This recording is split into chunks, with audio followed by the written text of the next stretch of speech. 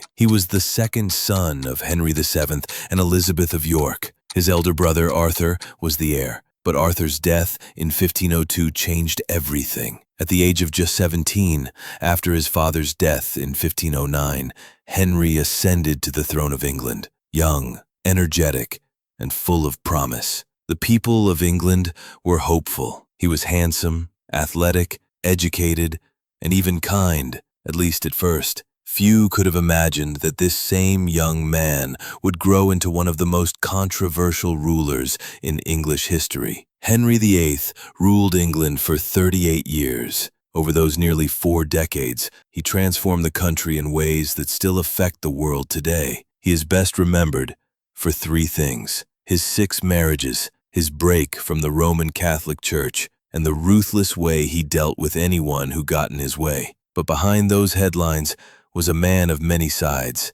Henry loved music and wrote songs. He spoke multiple languages. He was skilled at jousting, hunting, and dancing. He believed in learning, and during his early years, he surrounded himself with educated thinkers, artists, and advisors. Yet, as the years passed, a darker Henry began to emerge, a king shaped not only by power, but by paranoia, pride, and personal disappointment. At the core of Henry's obsession was one goal: producing a male heir. He believed that only a son could secure the Tudor dynasty. His first wife, Catherine of Aragon, gave him a daughter, Mary, but no surviving son. This troubled Henry deeply, especially because he believed that God was punishing him for marrying his brother's widow. After years of pleading with the Pope to annul his marriage and allow him to wed Anne Boleyn instead, Henry took matters into his own hands. In one of the most dramatic acts in European history,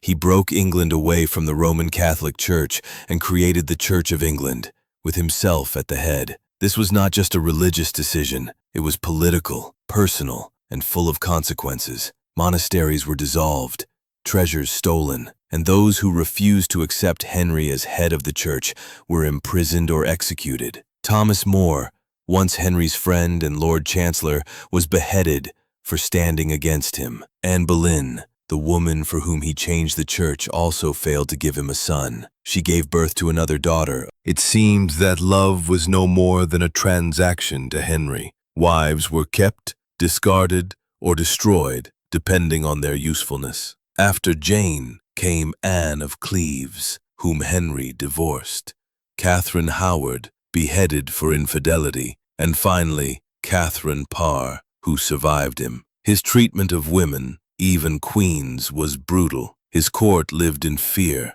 unsure who would fall next. As Henry grew older, the king, once known for his energy and strength, became consumed by illness and age. His once muscular body became bloated. His old jousting injury on his leg refused to heal, turning into open ulcers that oozed and stank. He grew heavier, more suspicious, and more cruel. Yet, even as his body broke down, his hunger for control did not fade. He continued to execute nobles and religious leaders. He ordered the destruction of monasteries. He kept courtly pomp and pageantry alive, hiding his failing health behind velvet, gold, and power. Henry VIII ruled not only through politics, but through fear. His word was law, and questioning it could mean death. Ministers were raised up only to be later torn down. Thomas Cromwell, the brilliant advisor who helped engineer his marriage to Anne of Cleves, was later executed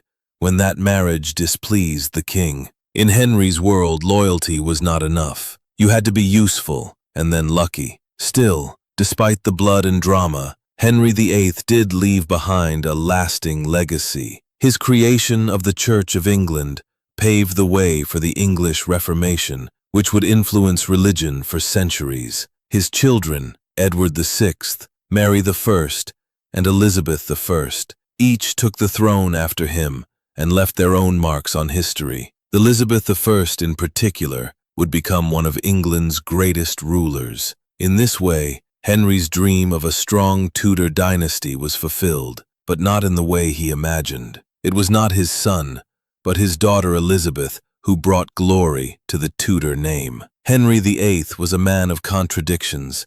intelligent yet impulsive, charming yet cruel, generous yet violent. He could be both a patron of the arts and a destroyer of tradition. He saw himself as chosen by God, yet he rewrote religious law to serve his needs. He wanted to be loved by his people, yet he ruled through terror. These contradictions make him one of the most fascinating and feared kings in history. He was not simply a monster, nor was he a hero. He was a king who believed deeply in his own greatness and would go to any length to preserve it. By the end of his life, Henry had become almost unrecognizable from the golden. The mighty king had built an empire, but at great personal cost. His family was scarred, his country divided, and his own soul likely haunted by the lives he had taken and the love he had lost. And so we remember Henry VIII not just for how he died, but for the storm of power, love, betrayal, and blood that defined his life. A king like no other, whose reign changed England forever,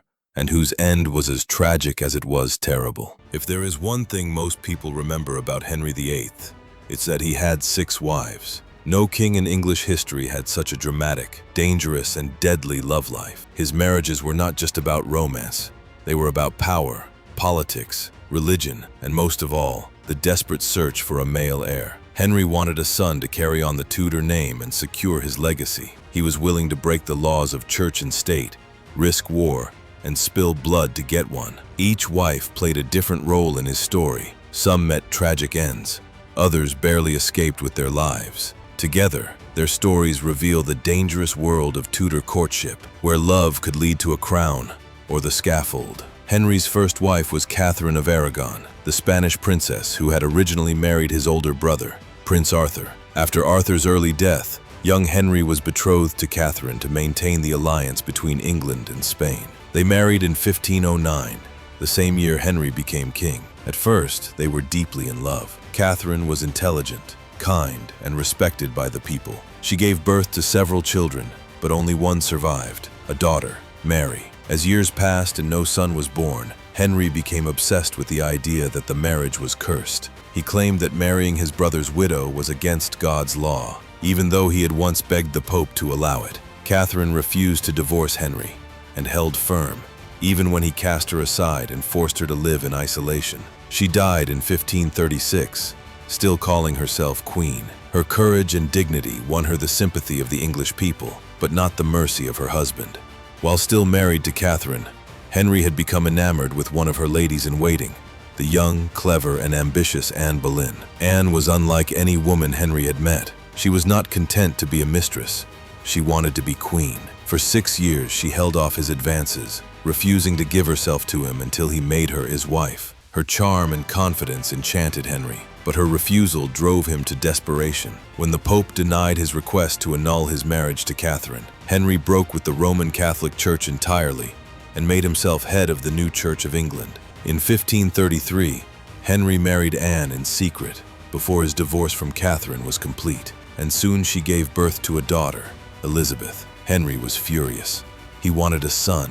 Anne had several miscarriages afterward, and her failure to give him a male heir turned Henry against her. Court rivals accused her of adultery, incest, and treason, charges many historians believe were false. In 1536, Anne Boleyn was executed by sword, beheaded in the Tower of London. She died a queen, but was buried without ceremony. Her daughter, however, would one day become one of England's greatest monarchs. Just days after Anne's execution, Henry married Jane Seymour, a quiet, modest woman who had been one of Anne's attendants. Jane seemed the opposite of Anne, submissive, gentle, and careful not to provoke the king. Henry called her his true wife. In 1537, she gave birth to the son Henry had long prayed for, Edward VI.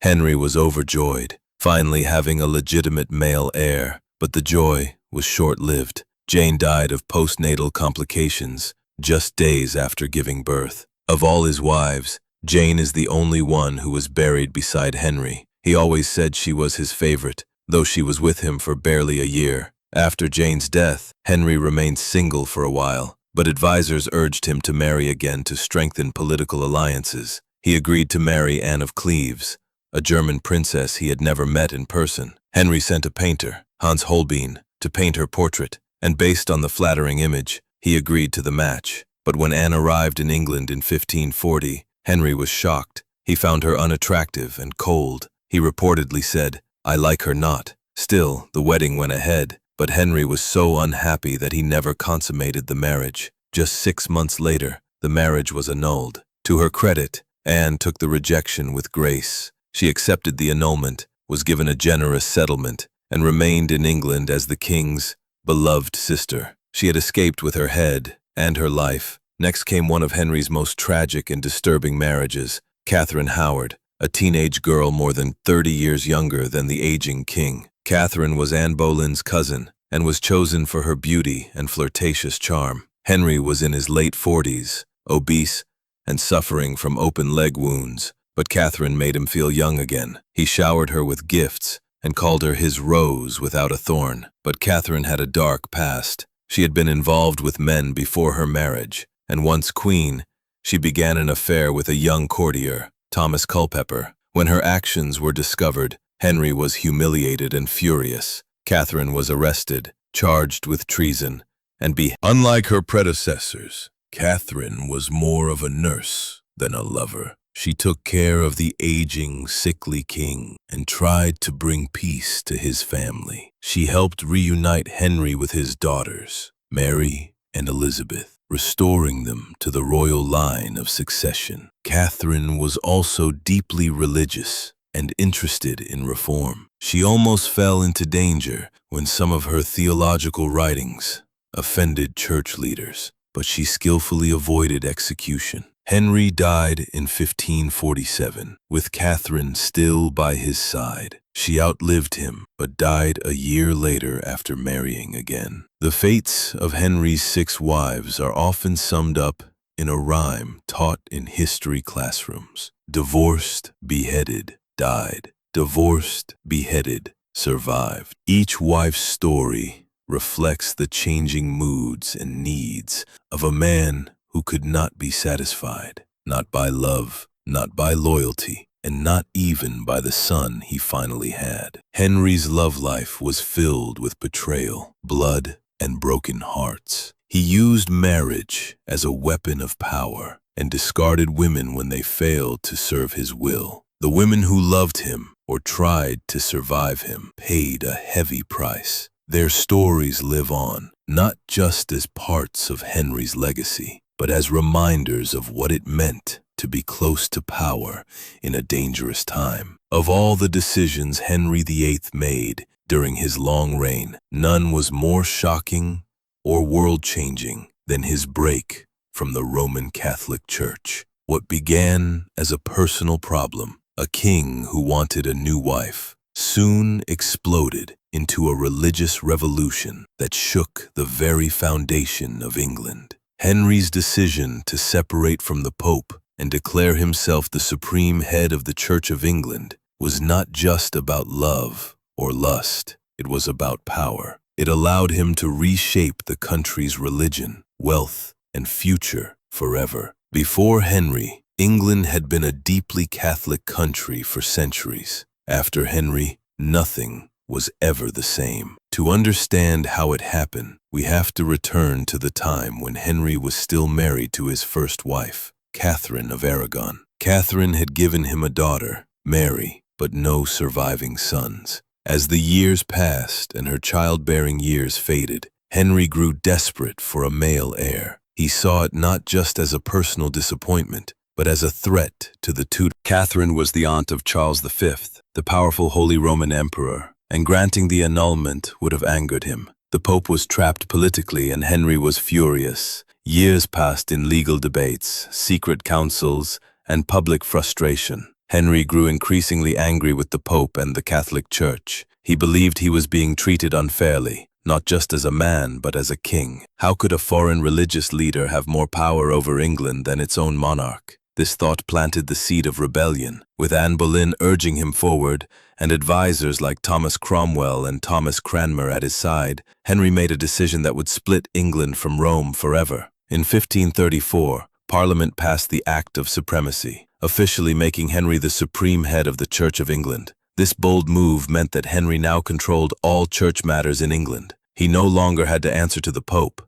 He could marry, divorce, and make religious decisions on his own terms, and that's exactly what he did. He married Anne Boleyn, declared his marriage to Catherine null and void, and crowned Anne as queen. The Pope declared Henry excommunicated, cutting him off from the Catholic Church entirely. But Henry didn't care. He had gotten what he wanted, and more. This break wasn't just symbolic. It had real consequences for the people of England. Priests were forced to swear loyalty to Henry as head of the church, and those who refused were punished, some even executed. One of the most famous was Sir Thomas More, a former friend of Henry's and a brilliant scholar. More refused to acknowledge Henry's new marriage and the king's authority over the church. For his refusal, he was imprisoned and eventually beheaded. More became a martyr to Catholics, but to Henry, he was simply another obstacle crushed under royal authority. But Henry's break from Rome wasn't just about religious independence. It was also about money and power. The Catholic Church owned huge amounts of land and wealth across England.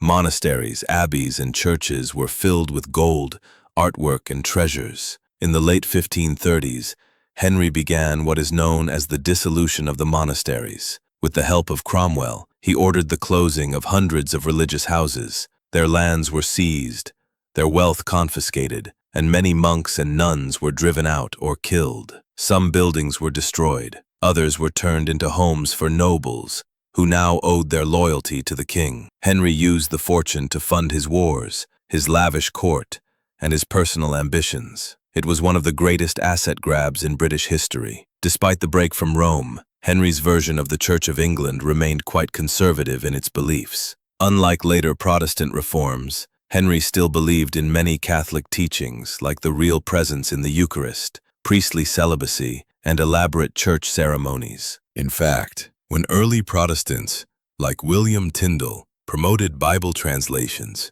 or challenged traditional teachings, Henry had them executed too. Henry's Reformation was not about theology. It was about authority. He didn't want to change the faith. He just wanted to be in charge of it. Yet his decision opened the door to changes he could no longer fully control. The English Bible was eventually printed and spread throughout the country. People began questioning traditional religious practices. Under his son, Edward VI, England moved sharply toward Protestantism. Under his daughter, Mary I, it violently returned to Catholicism. And under Elizabeth I, it settled into something in between. None of this would have happened without Henry's original break with the Pope. He didn't start the Reformation in Europe, but he made sure it arrived in England on his terms. The effects of this rupture were enormous. People who had once trusted the church were now caught in a battle between royal power and religious faith.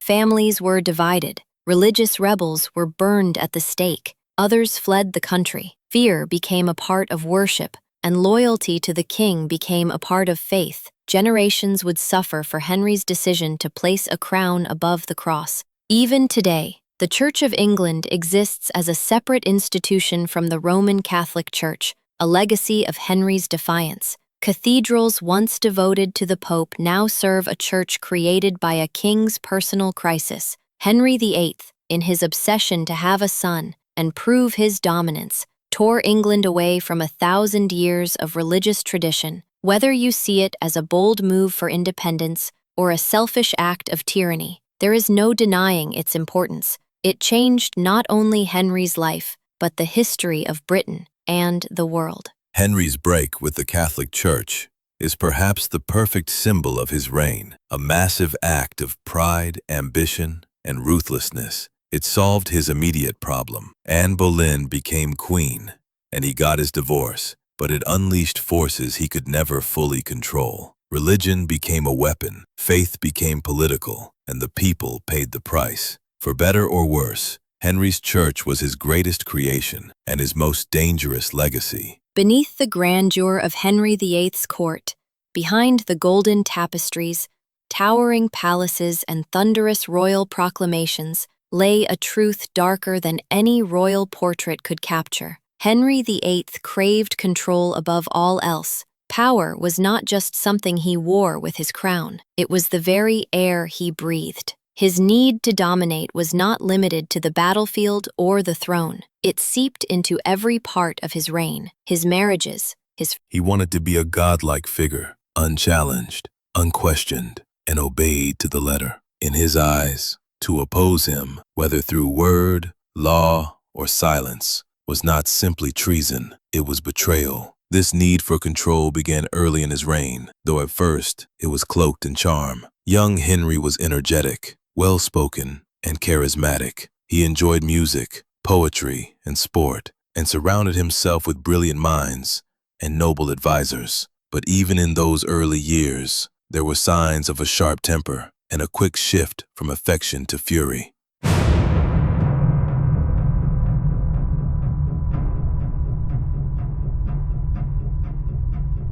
Henry changed his closest advisors like a man changing clothes.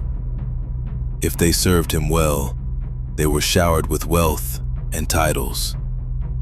But if they displeased him or outlived their usefulness, they were discarded, disgraced, or destroyed. Even those who had helped him reshape the country were not safe. Cardinal Thomas Wolsey, once Henry's right-hand man, is a striking example. Wolsey had been the architect of many of Henry's early decisions and had amassed great influence. But when he failed to convince the Pope to annul Henry's first marriage to Catherine of Aragon, he fell from grace. In 1529, Henry stripped him of his offices and wealth. Wolsey was on his way to face charges of treason when he died. Some say of natural causes, others whisper of suicide. Either way, his fall was a warning to all.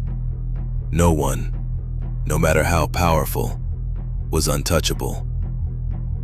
Wolsey was replaced by Thomas More, a brilliant scholar and devout Catholic. More had once been Henry's friend and confidant, but friendship meant little when it stood in the way of control. When Henry broke from the Catholic Church and demanded that his subjects recognize him as supreme head of the Church of England, More refused to take the oath. He remained silent, hoping that silence would protect him.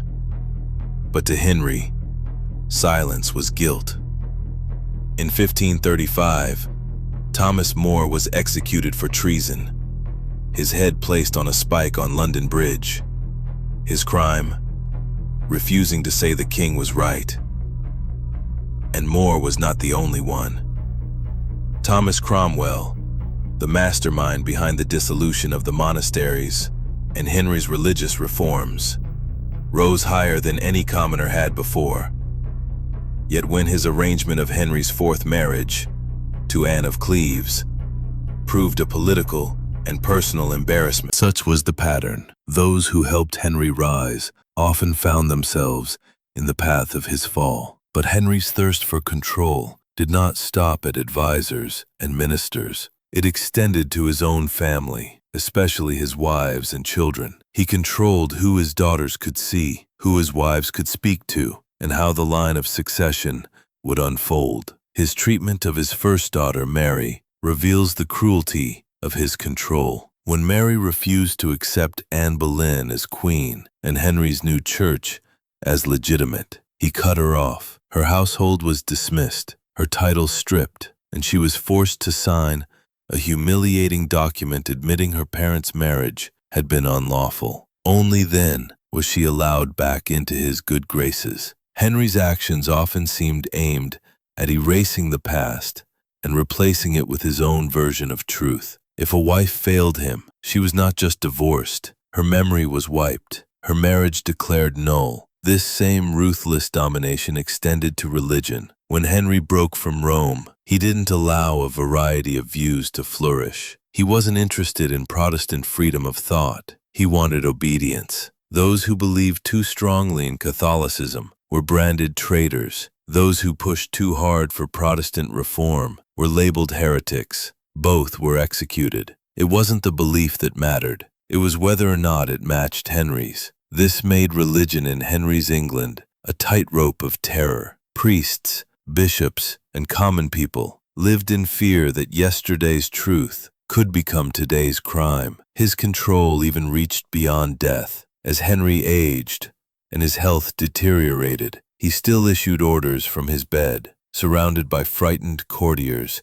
and carefully chosen advisors. He created laws that gave him the power to choose his successor, even changing the order of succession through Parliament. When he grew suspicious of his final wife, Catherine Parr, for her religious discussions, he nearly had her arrested, only backing down when she cleverly pretended submission. His paranoia increased, and his world became smaller and colder. People walked on eggshells in his presence. The once glorious court became a prison of whispers and fear. Henry VIII's need for control made him one of the most powerful and feared rulers in history, but it also made him one of the loneliest. In chasing absolute power, he destroyed the trust of those closest to him. He ruled alone because he trusted no one. The throne was his fortress, but it was also his cage. He refused to clearly name an heir until the last moment, and many believe he feared even death itself because death was the only thing he couldn't control. In the end, Henry's legacy is not just of the things he built, Alice's, his navy, his church, wastes, but the people he crushed to stay on top. He was a king who believed that love, loyalty, and truth were all less important than obedience. And though his name still echoes through history, it does so not only in celebration for Muenin, but in warning. Henry VIII ruled with unmatched authority, but in the end, his crown sat heavy on a head burdened by fear, blood, and absolute power. Among the many things that defined Henry VIII, his wives, his wars, his break with the church, are as striking as his deep love of food and comfort. In fact, his appetite became one of the most famous aspects of his personality, and in his later years, it contributed directly to his physical and emotional downfall. For Henry, eating was not simply about survival, it was about power, pleasure, and prestige. Dining at his court was a statement, a performance, and an indulgence. He ruled not only with a sword, but with a fork, and what once began as a celebration of life turned into a slow, luxurious decline into gluttony, disease, and misery. As a young man, Henry had been tall, strong, and athletic. He was over 6 feet tall, broad-shouldered and skilled in hunting, jousting, and dancing. His early portraits show a proud and energetic king, handsome by the standards of the time. But as the years passed, and especially after a serious jousting injury in 1536, Henry began to change. He gave up most physical activity and started gaining weight. At first, it may have seemed harmless.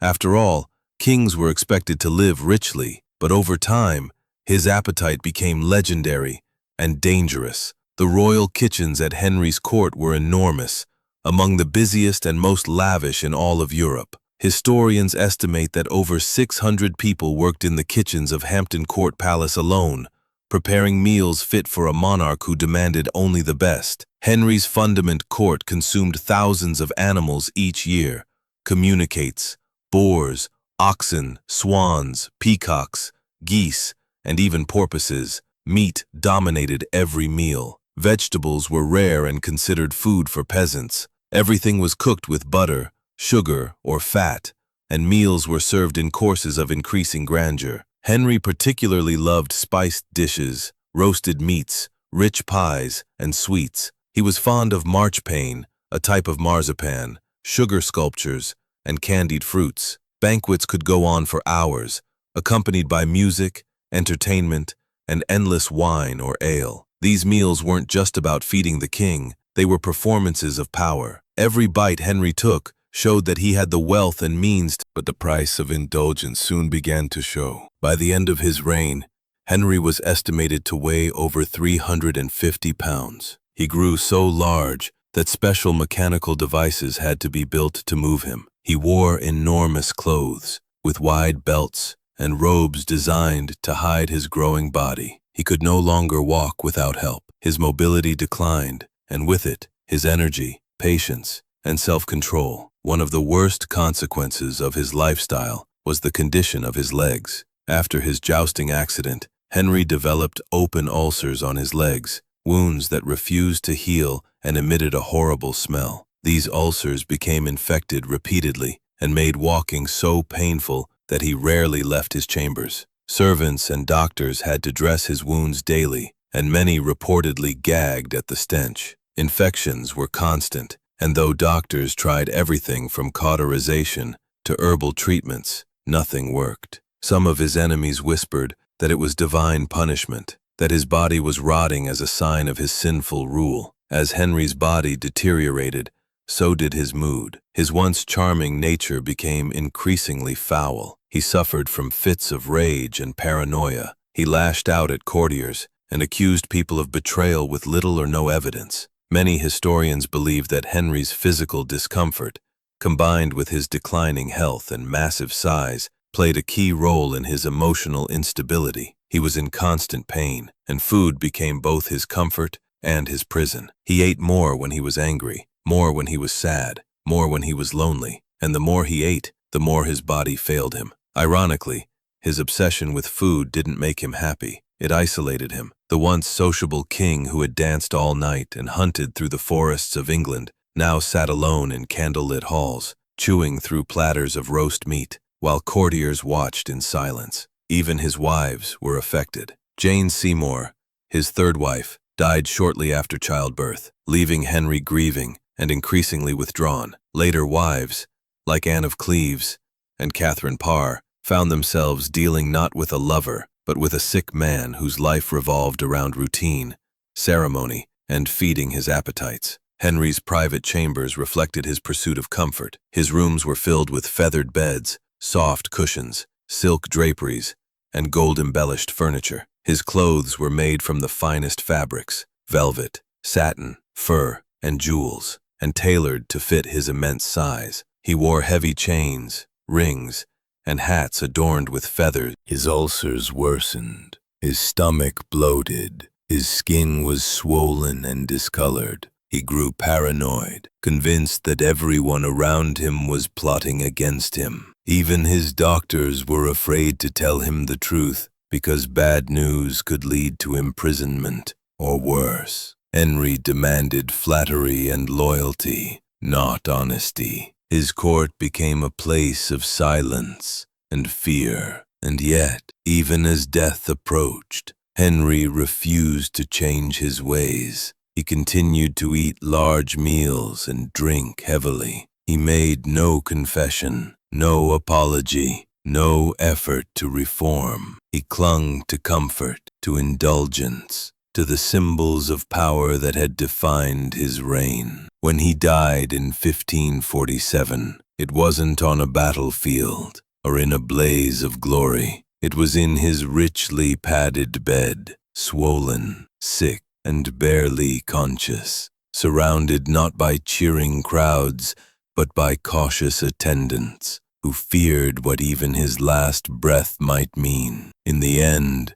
Henry's love of food and comfort was not just a personal habit, it was a window into his reign. It showed how he saw the world, something to be consumed, conquered, and used. His hunger for meat, for sugar, for silk, for wine, reflected his greater hunger for control, obedience, and dominance. But just like his body, his kingdom would later suffer the consequences. The wealth he spent on feasts could have built hospitals. The time he spent eating could have been used to listen. But Henry chose indulgence over balance, display over humility, and comfort over care. And in doing so, he not only destroyed his health, but also helped shape the tragic legacy of a king who ate like a god and died like a broken man. As the mighty reign of Henry VIII moved into its last years, the image of a once vibrant king collapsed under the weight of his own body and the diseases that had slowly consumed him. Once admired for his athleticism, his dazzling smile, and his larger-than-life presence, Henry became a figure of decay, physically ruined, mentally unstable, and emotionally embittered. His body, ravaged by illness, became a symbol of everything he had spent a lifetime avoiding: weakness, mortality, and loss of control. The final years of Henry's life were marked not by triumphs, but by suffering, fear, and the slow, humiliating betrayal of his own flesh. By the time Henry entered his late 40s, the change in his physical appearance was already alarming. The man who had once danced, hunted, and jousted with ease had grown heavy and sluggish. But after the jousting accident in 1536, which left him unconscious for hours, things took a darker turn. His leg was crushed beneath his horse, and though the injury didn't kill him outright, it changed everything. The wound on his leg never healed properly. Instead, it became a chronic ulcer, an open sore that oozed pus, smelled foul, and resisted every treatment the doctors of the day could offer. Some days it bled, other days it festered with infection. Henry refused amputation. He would not allow himself to be seen as crippled, though in many ways he already was. Walking became difficult, then impossible without assistance. Henry began to be carried in special chairs and lifts. Stairs were a problem. His armor no longer fit. His clothes had to be custom-made to fit his massive girth. By his 50s, Henry's weight is believed to have surpassed 350 to 400 pounds, making him morbidly obese by any standard. His once powerful frame sagged under its own mass, and the ulcers on his legs multiplied, becoming twin sites of infection and misery. Servants who attended to his wounds often gagged at the stench. Some were said to have fainted. The royal chambers were perfumed to mask the smell of rotting flesh. But it wasn't only his legs that betrayed him. Henry suffered from gout, a form of arthritis that causes intense joint pain. It inflamed his hands, feet, and knees, making it painful to even move. There were days he could not get out of bed. His doctors drained fluids, applied leeches, and tried herbal salves, but medical knowledge at the time was primitive. Treatments often did more harm than good. He may also have suffered from type 2 diabetes, although the disease had not been formally identified at the time. Symptoms, such as constant thirst, fatigue, and slow healing of wounds,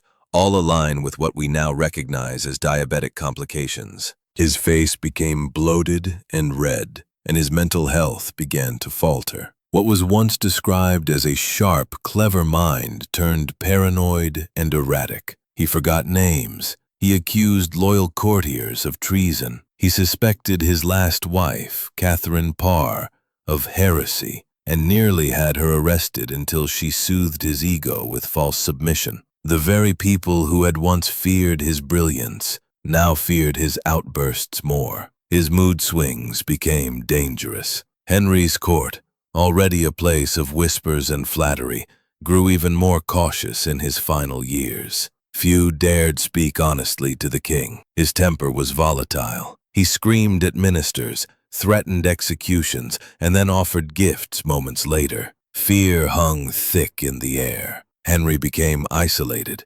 trapped within his own failing body and the elaborate palace walls that served as both fortress and prison. Most of his decisions were made from his bedroom. He no longer held court in public. He ruled from behind curtains, both literal and figurative. The king's physical condition worsened every year. He could no longer ride or walk outdoors. His days were filled with long hours of sitting, eating, and issuing orders. He was wheeled from room to room in specially made devices. Some accounts describe massive mechanical lifts used to move his body in and out of bed. His diet remained rich and heavy, filled with meat, pastries, and wine, fueling the very diseases that were killing him. Despite knowing that his health was failing, Henry made few efforts to change. He refused to admit weakness. He continued to demand the ceremonies of kingship, even if they had to be simulated around his bed. Sleep brought no peace. Chronic pain from his legs, back, and swollen joints kept him awake or forced him to rest fitfully. Fevers came and went. His ulcerous wounds often reopened, and infection was constant. Henry, who once took pride in his appearance, now lived in layers of cloth and padding, hiding what he could. Servants whispered about that rot that seemed to be taking over their king. Rumors swirled. Was he cursed? Was God punishing him for his 6 wives, his killings, or his destruction of the church? In his final months, Henry barely resembled the monarch who had once terrified Europe. His mind faded in and out of clarity. His body had become a bloated shell, full of fluids, sores, and pain. He suffered from edema, which caused massive swelling in his legs and torso. Breathing became difficult. His skin turned waxy and pale. He remained in his chambers, rarely seen, even by close family. Those who did enter his body, so filled with fluid and decay, began to decompose rapidly after his death in January 1547. As his coffin was being transported to Windsor for burial, it reportedly cracked open, and bodily fluids leaked onto the floor of the church. Dogs were said to have licked at the trail of blood and rot. Whether this is entirely true or not, the symbolism was clear. The once great king, feared across Europe, had died in shameful agony. His body rebelled against him in life, and again in death. In the end, Henry's health problems were more than just a physical decline. They were the physical consequences of a lifetime of unchecked indulgence, rage, and obsession. His fall was not sudden, but slow and painful. But a long surrender to illness, weight, and rot. And while his courtiers still addressed him as Your Majesty, publish, and his documents still carry the royal seal, Henry VIII spent his final years not as a king of strength, but as a prisoner of